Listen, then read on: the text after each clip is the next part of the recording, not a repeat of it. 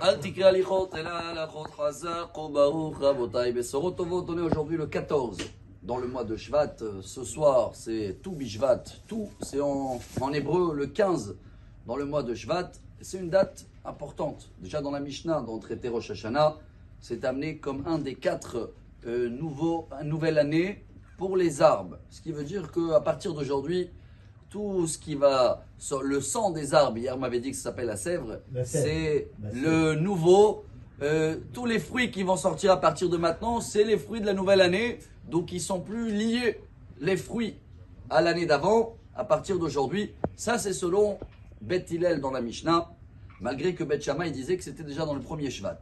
Chers amis, ce qui est incroyable, et je trouve que c'est un très bon message et important, surtout en ce moment, on est en pleine guerre, on est dans des journées compliquées, il y a beaucoup de nos enfants, des frères, des amis qui sont en train de combattre, et on a tous un but, on veut voir les fruits, on veut voir le résultat, et on a l'impression qu'on ne sait pas où on va. Alors pour cela, ce soir, il y a une très belle coutume de faire un seder de tout Bishvat. Ça veut dire d'avoir des fruits à table, en priorité si on peut avoir des fruits d'Israël, et avoir un petit peu de toutes les bénédictions. Quand vous recherchez un petit peu la source de ce seder de tout Bishvat, il est écrit nulle part, ni dans le Talmud, ni dans les Midrash, ni dans la Torah. Alors, c'est où ça vient? On a fait un peu des devoirs. Rav Ovadia Yosef, il amène la source originale. C'est un rabbin d'origine marocain. Il s'appelait Rabbi Issachar Ibn Soussan. Et lui, il a vécu dans l'année 1500. Il est né 1504.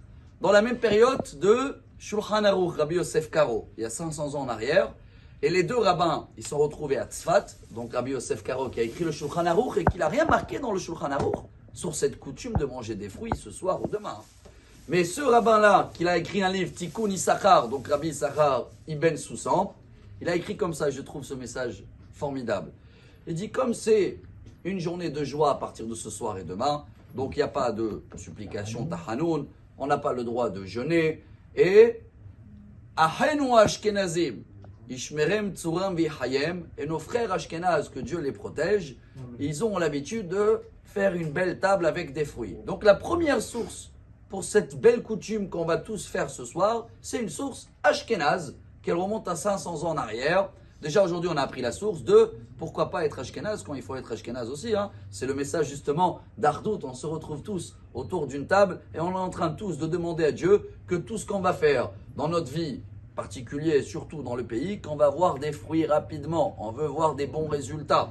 Alors pour cela, chers amis, chacun ce soir n'a pas besoin de dire non c'est comme ça, tout est bon. C'est pas une obligation, mais c'est un très grand bonus pour demander à Dieu. Après bien sûr qu'ils ont rajouté le Ben Ishra, il a écrit une prière spéciale pour le Etrog. Beaucoup des rabbins kabbalistes dans le XVIIe siècle, ils sont basés sur cette coutume ashkénaze et ils ont rajouté, ils mangent 30 fruits, ils boivent 4 verres de vin, rouge, rosé, blanc et blanc mélangé avec du rouge. Tout est bon, tout est beau. L'important c'est de se retrouver autour d'une table. Comme dans l'armée, ils sont tous ici, ashkénazes, séfarades, religieux, pas religieux, ils sont unis et ils demandent tout ce que nous aussi on va demander ce soir à Dieu. Dieu, on veut voir des bons fruits, des bons résultats, des bons enfants, des bons petits-enfants. Tout ce qui peut porter fruit, c'est à nous de le demander à partir de ce soir. Et Bezrat Hashem, très vite, c'est Shabbat Shira. On va voir que Dieu va nous donner que des bonnes raisons pour le remercier, pour chanter autour de excellents fruits. Tout Bishvat Samer, Amar Rabbi Elazar.